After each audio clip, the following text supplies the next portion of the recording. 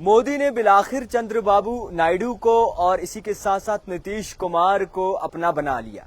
ये वही मोदी जी हैं जो एक वक्त में चंद्रबाबू नायडू के एक ऐसे दुश्मन हुआ करते थे जहां पे चंद्रबाबू नायडू ये कहते थे कि मोदी जी जो है वो आतंकवादी हैं। और मोदी जी ने वापसी में ये कहा था कि आप जी चंद्रबाबू नायडू को कहा था कि आप अपने ससुर जी के पेट में छुरा भोंक रहे हैं। और जिस तरीके से इनकी दुश्मनी थी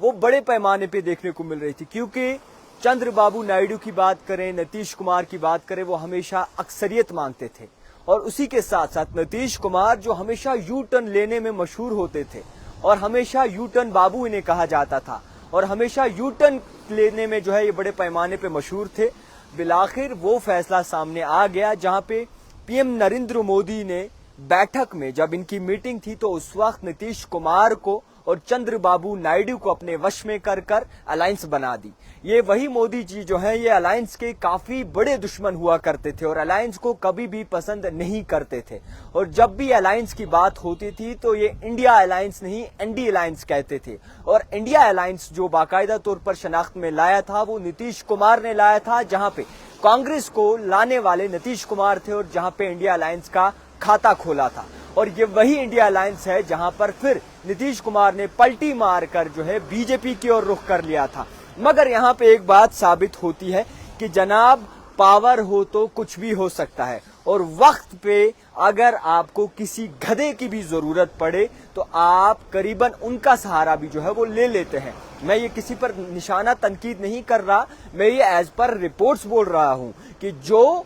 चंद्रबाबू नायडू जी एक वक्त में मोदी जी को कहते थे कि आप जी आतंकवादी हैं। मैं आपको बता दूं कि रिपोर्ट्स आप बोल रहा हूं, आप रिपोर्ट्स देख सकते हैं, वीडियो क्लिप्स देख सकते हैं, जो भी आज भी कई सारे लोगों के पास आर्काइव में होगी और जिसमें नीतीश कुमार की एक वीडियो में बाकायदा तौर पर दिखाई गई है। उसी चंद्रबाबू ने अब मोदी जी से हाथ मिला लिया है और जो मोदी जी कहते थे कि जी इंडिया अलायंस ठीक नहीं होती, किसी भी अलायंस की जब भी बात होती थी तो उन पर वो खुश नहीं होते थे। और आज वही मोदी जी इस कदर मजबूर हो गए अलायंस करने में जहां पर अब उन्हें अलायंस का सहारा बिलाखिर लेना ही पड़ा, क्योंकि अलायंस अगर नहीं होती तो मेजॉरिटी नहीं मिलती और बाकायदा तौर पर इस जो अपोजिशन है वो हमेशा स्ट्रांग रहता। मगर उसी चीज को मद्देनजर रखते हुए आज वो मोदी जी जो हमेशा अस्करियत जो भी मांगता था, मेजॉरिटी जो भी मांगता था, जो भी ऐसे बड़े पैमाने पे कोई चीज मांगता था यानी कि कोई पावर मांगता था तो उनके खिलाफ होते थे,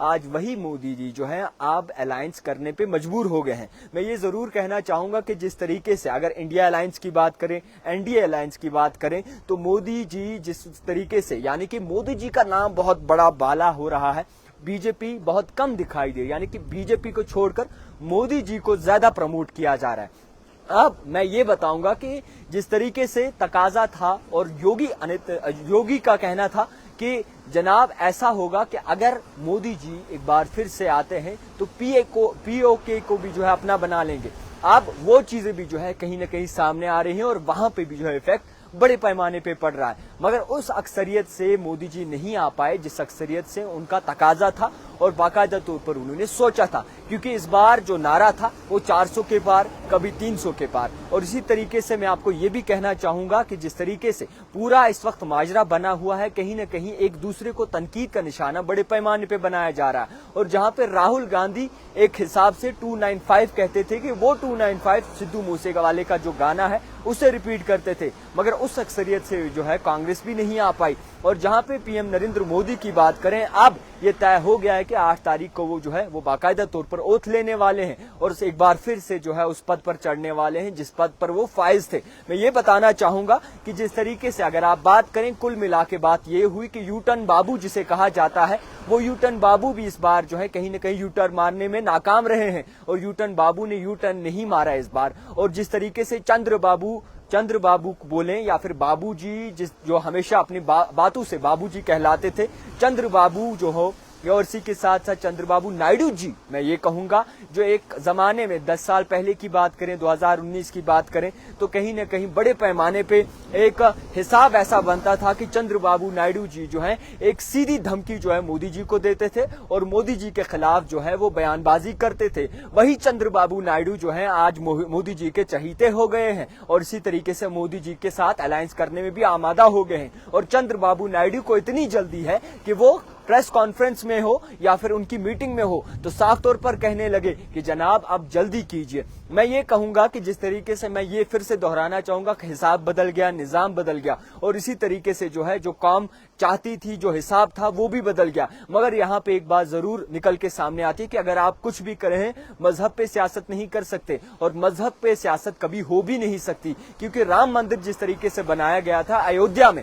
अयोध्या वालों ने भी जो है बाकायदा तौर पर बीजेपी को ये साबित कर दिया कि आप इस तरीके से वोट नहीं ले सकते, मजहब को लेकर वोट नहीं ले सकते, क्योंकि राम मंदिर की कंट्रोवर्सी जो है बड़े पैमाने पे चली थी और ये जरूरी कहा गया था कि आप राम मंदिर में बीजेपी का जीतना जो है वो निश्चित है, पक्का है, बाकायदा तौर पर 120% जीतना उनका जो है वो लाजमी है। मगर आपको बता दूं कि राम मंदिर का जिस तरीके से कंट्रोवर्सी चली, अयोध्या में जिस तरीके से बीजेपी ने सीट हारी, वो कहीं ना कहीं अब निकल के सामने आ रहा है। मैं ये भी कहूंगा कि जिस तरीके से एनडीए अलायंस की बात करें, जिसे मोदी जी हमेशा इंडी अलायंस कहते थे, वो बिल्कुल उनका नाम जो है वो नहीं लेते थे, एनडीए अलायंस नहीं कहते, इंडी अलायंस कहते थे। आज वही मोदी जी अलायंस, जो हमेशा अलायंस के खिलाफ रहे हैं, वो अलायंस के मोहताज हो गए और वही मोदी जी जो है आप अलायंस के मोहताज हो गए और वही मोदी जी जो है वो चंद्रबाबू नायडू के सहारा ले रहे हैं और इसी के साथ साथ नीतीश कुमार का सहारा जो है वो ले रहे हैं। बिलाखिर सियासत इस तरीके से पलट जाएगी, किसी ने सोचा नहीं था। मोदी 3.0 जो है वो लोड हो रहा है बाकायदा तौर पर। अब ये कहा जा रहा है कि जो सियासत चल रही है वो लोगों के साथ खिलवाड़ भी हो सकती है, क्योंकि अब सियासत में जो यूटर्न मारने वाले बाबूजी हैं उन पर भरोसा नहीं कर सकते और यूटर्न मारने वाले जो बाबूजी निजाम चला रहे हैं उन्होंने बड़े पैमाने पे मांग भी की होगी और अक्सरियत भी मांगी होगी। कुछ लोगों का ये भी तकाजा है और ये भी कहना है कि उनका दावा है कि उन्हें मांग की जा रही है कि हमें स्पीकर बना दे और हमें एक अच्छा ओहदा दे दे और अब किस ओहदे पे फायज रखा जाएगा, उन्हें क्या कुछ अक्सरियत दी जाएगी,